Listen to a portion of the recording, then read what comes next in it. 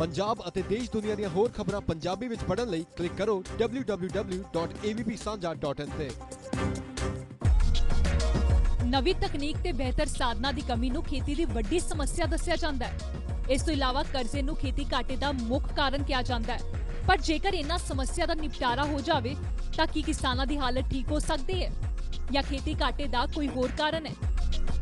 वो टेक्नोलॉजी से नहीं निकलेगा, बाहर निकलेगा उसकी इनकम से। अब मैं क्यों आपसे कह रहा हूँ इनकम का, ये हमें समझना है।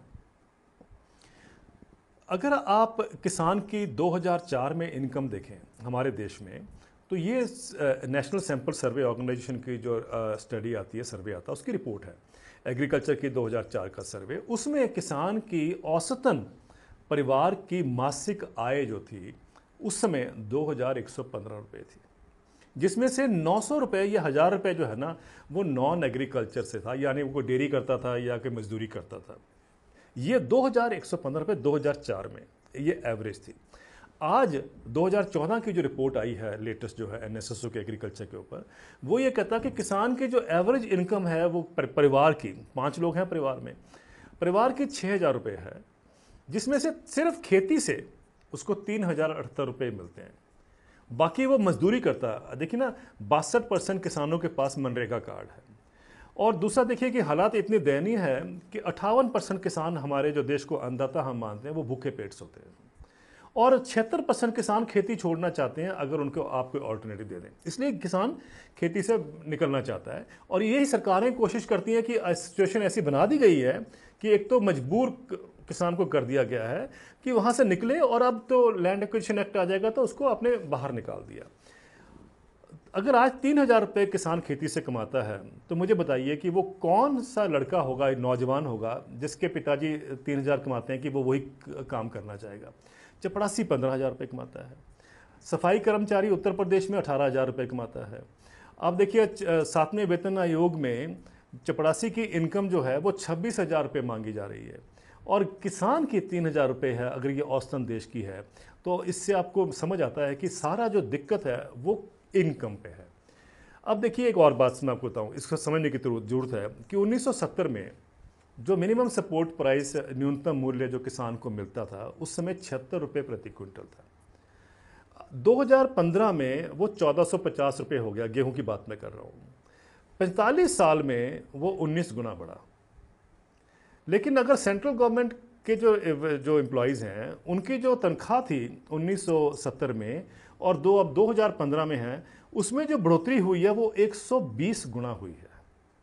अगर आप टीचरों की देखें तो तकरीबन 280 से 320 गुना टीचरों की जो है ना सैलरी बढ़ी है।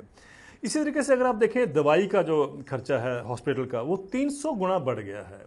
एजुकेशन जो है वो भी 250 से 300 गुना बढ़ी है। ये हमने एक एनालिसिस किया।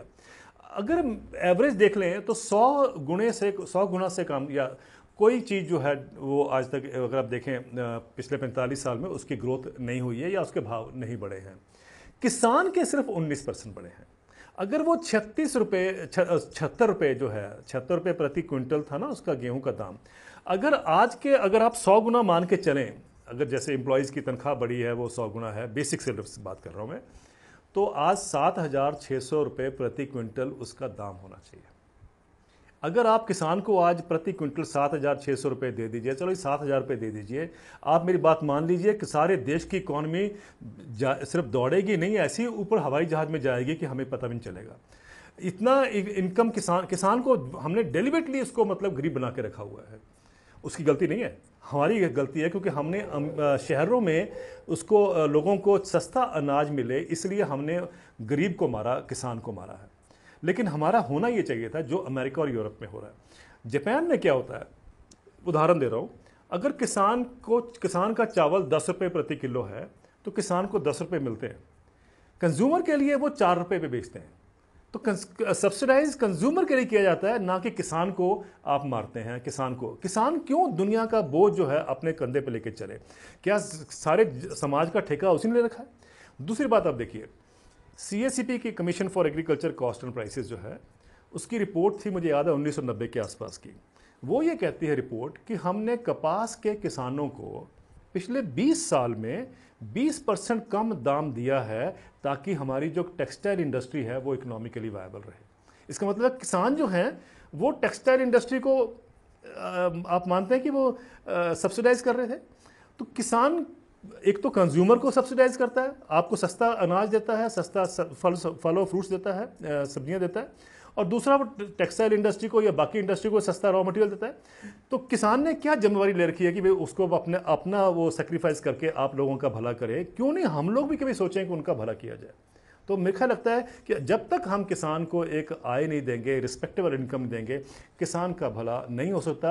टेक्नोलॉजी वाले अपनी टेक्नोलॉजी बेचेंगे, सब कहेंगे कि साहब ये पंप लगा लो, ये मशीन लगा लो, ये रोटावेटर लगा लो, ये सब तरीके आएंगे।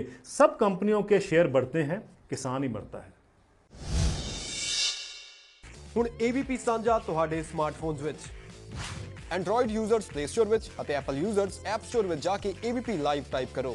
ABP ਦੇ ਆਈਕਨ ਨੂੰ ਸਿਲੈਕਟ ਕਰੋ, ਐਪ ਨੂੰ ਇੰਸਟਾਲ ਕਰੋ, ਫਿਰ ਇਸ ਐਪ ਵਿੱਚੋਂ ABP ਨਿਊਜ਼ ਪੰਜਾਬੀ ਨੂੰ ਸਿਲੈਕਟ ਕਰੋ।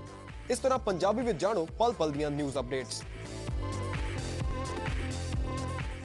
ਤਾਂ ਹੁਣ ਚੱਲਦੇ ਫਿਰਦੇ ਕਿਤੇ ਵੀ ਕੋਈ ਵੀ ਖਬਰ ਜਾਣਨੀ ਹੋਵੇ ਤਾਂ ਡਾਊਨਲੋਡ ਕਰੋ ABP ਲਾਈਵ ਐਪ ਅਤੇ ਸਿਲੈਕਟ ਕਰੋ ABP ਨਿਊਜ਼ ਪੰਜਾਬੀ।